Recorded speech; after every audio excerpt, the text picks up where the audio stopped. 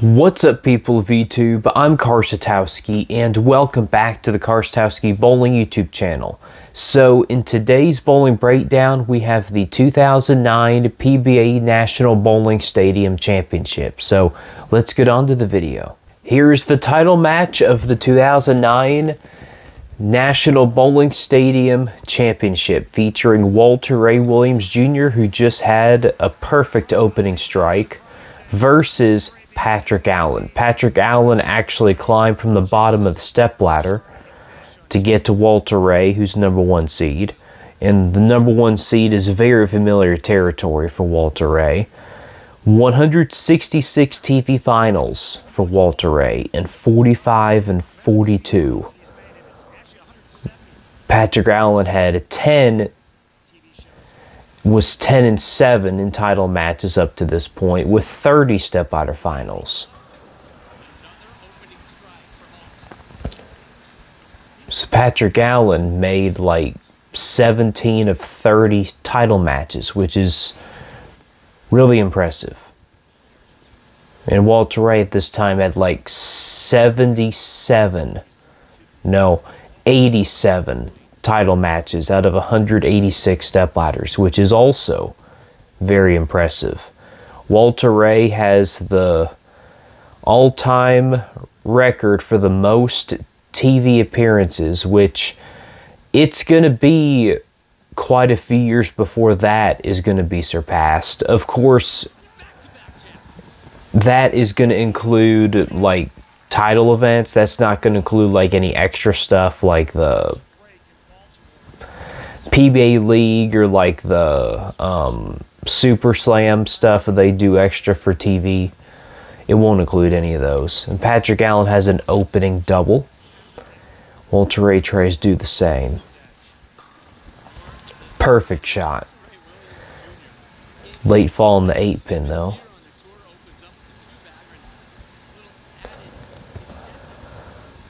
Alright, so there's actually two different patterns. There's Shark and Cheetah. Cheetah, I believe, is on the right lane, and the Shark was on the left lane. It goes high, just leaves a 4-pin.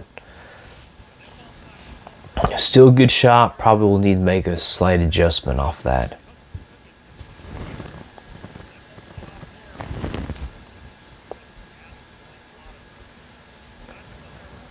Right, the Denny's sponsor the PBA Tour. That's why you see a lot of those spare balls that say Denny's on it. I don't know if you can find many of those today. Probably not.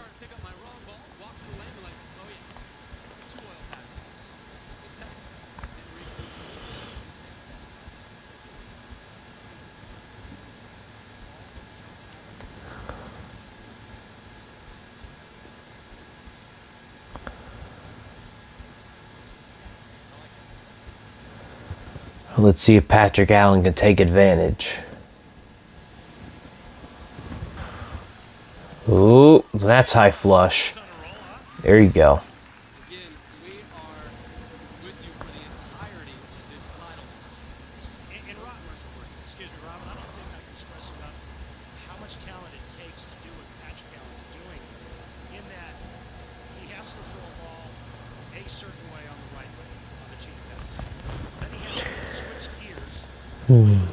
I think, what ball is Patrick Allen using? It almost looks like a high road from here, but I don't think the high road, the high road was not released at this point, so I don't know what kind of ball that is. Well, that's a flat 10 or flat 7.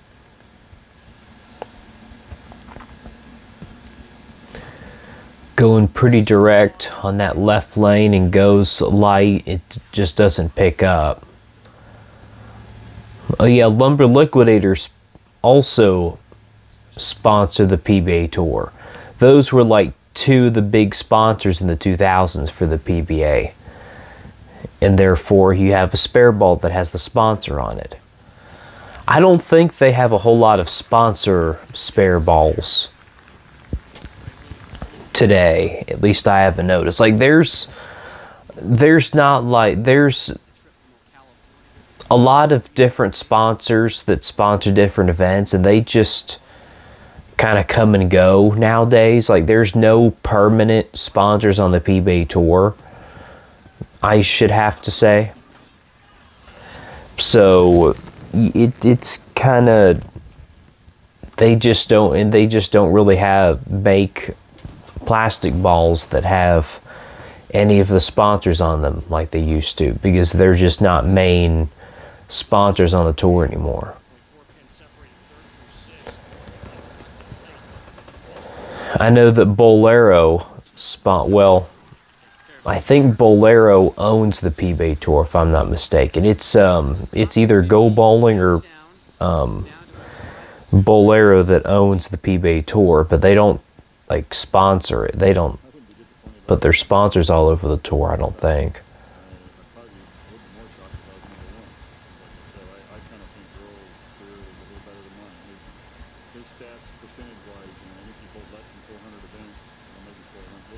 Going up the lane and really doesn't hook on that shark pattern.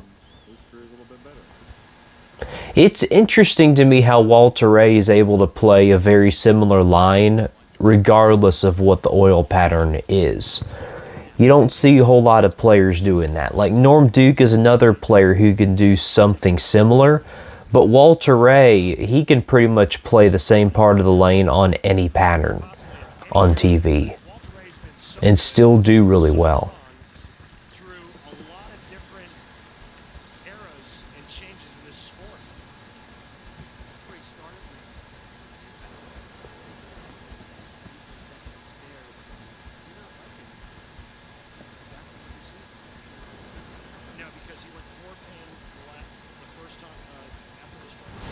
All right, let's see if Patrick Allen could start striking again. Striking has kind of come to a halt a little bit. Their equipment doesn't seem to want to hook as much, at least on the left lane. That's a perfect shot on that cheetah pattern.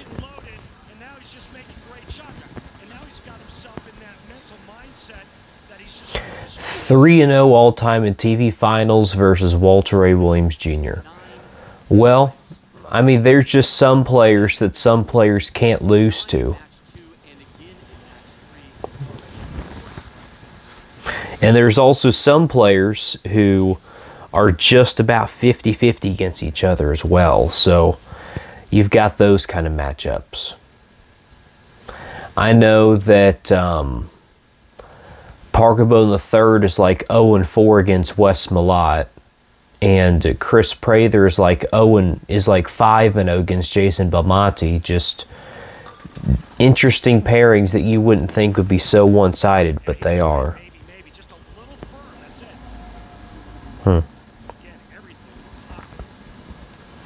Another 7-pin for Patrick Allen. Looks like his ball just isn't reading the lane how it should. That's what it looks like to me.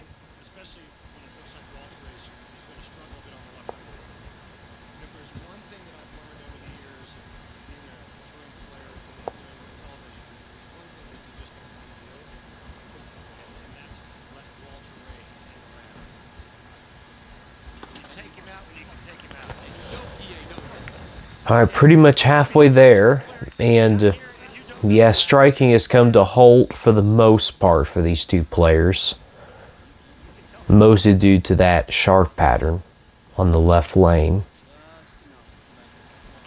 Has won at least one title in each of the last 16 seasons.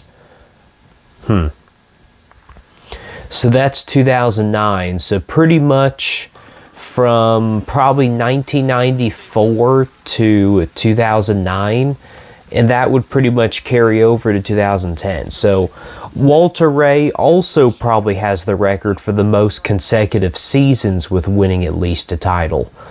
And I believe also he holds the record for the longest stretch of TV appearances. I think he may have made at least one TV appearance every season from, I think, 1984 84 or 86 all the way until like 2011. And no other player is real close, I don't think. Pete Weber, Norm Duke would be candidates for that, but they also have struggled to make a few appearances here and there in the 2010s. So Walter Ray is pretty much the runaway player for the most consecutive seasons with a TV appearance and with titles. The titles thing is definitely going to be difficult because currently the longest streak of a bowler winning at least a title, I think, is E.J. Tackett, and that is, see, he won, I think, 2021 to 2025, so 5 consecutive years going at that point. So let's say if E.J. Tackett were to challenge that, he would have to win at least one title every year up until like 2039, probably either 2038 or 2039 to make it like 18 or 19 consecutive, and I just don't see that happening. I think EJ will probably have, it probably in the next 3 to 5 years, have at least 1 or 2 years where he doesn't win. So I think Walter Ray's record is going to be safe for a very long time. Probably not with the TV record. The TV record thing, as long as EJ and Belmo can keep making stepladders every year, they can challenge that. But the titles thing, that's going to last for a while. And then Patrick Allen gets a much-needed double and takes a 23-pin lead. Here you go. Did what he needed to do.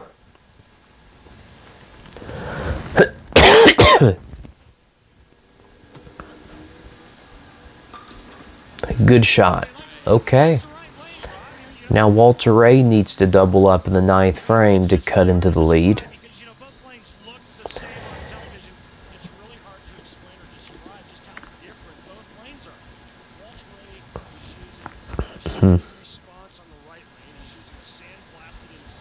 Okay.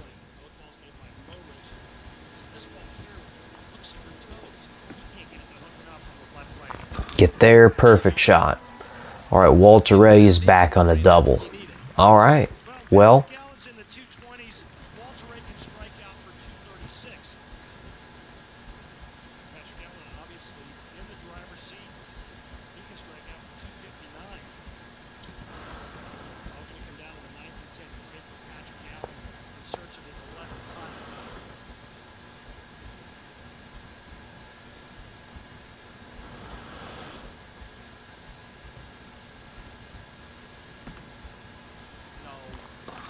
Oh, that went real high.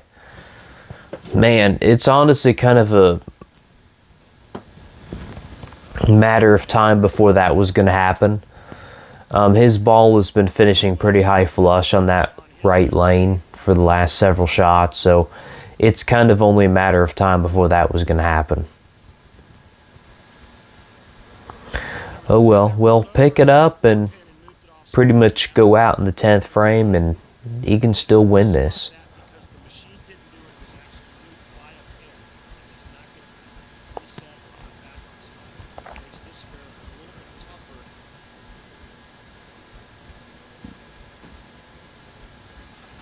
Looks like he's falling off his shot a lot on that right lane. It looks like he's trying to throw it a lot faster.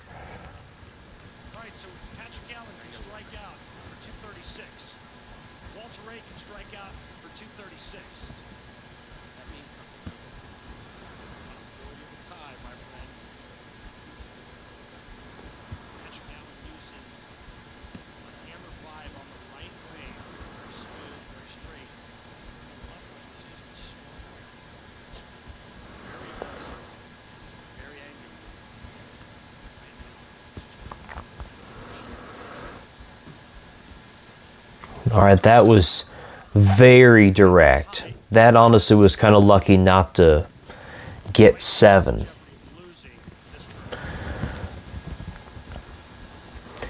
Look at that. That was dead left, and if he didn't throw it as fast as he did, he could have probably left 7 behind. And that would have given Walter Ray a chance to pretty much just strike on the first ball and count if he would have left an open frame.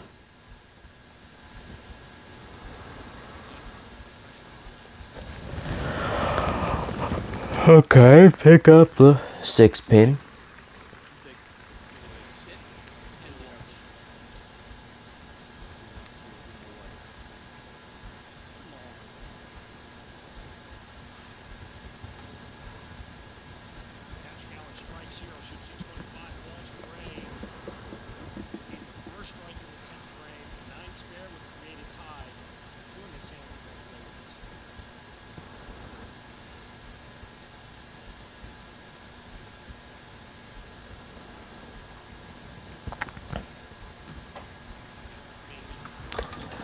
Alright, light mixer. Take out that 10-pin. Okay, finish with a good score. Okay, now Walter Ray can pretty much get a double and seal the deal, pretty much.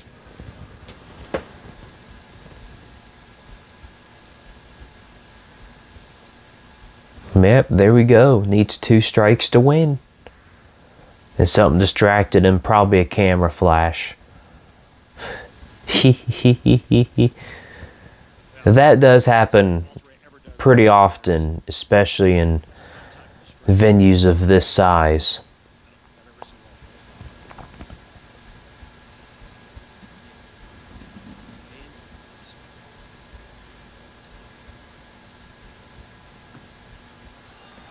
There we go. Man, that was high flush if I've ever seen a high flush strike. Goodness sakes. Yeah, he may have to make a slight move off that one.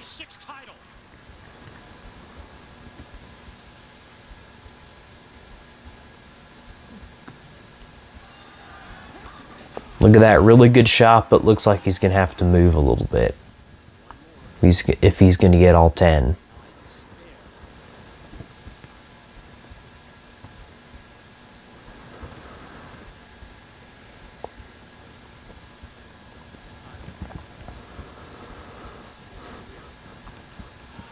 Oh.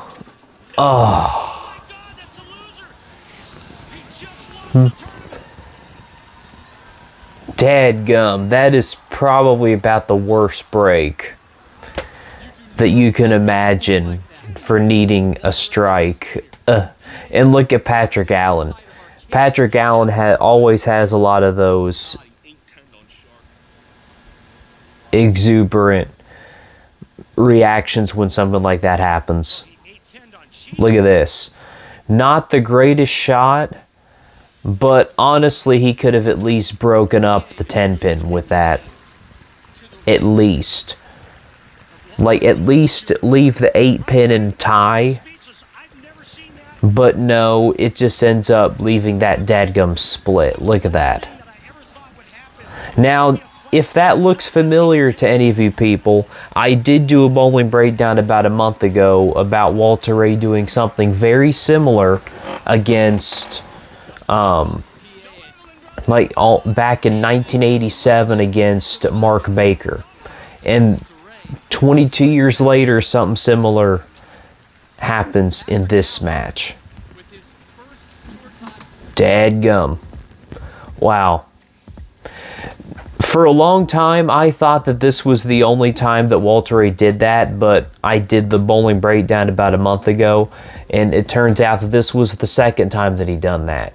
And if you want to go back and watch that other breakdown, then it'll be in a playlist somewhere, so you can go ahead and watch it.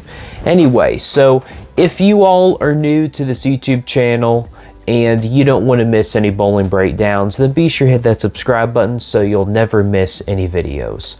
I'm Karsatowski. Keep watching my content, and I'll see you in that next video. See ya.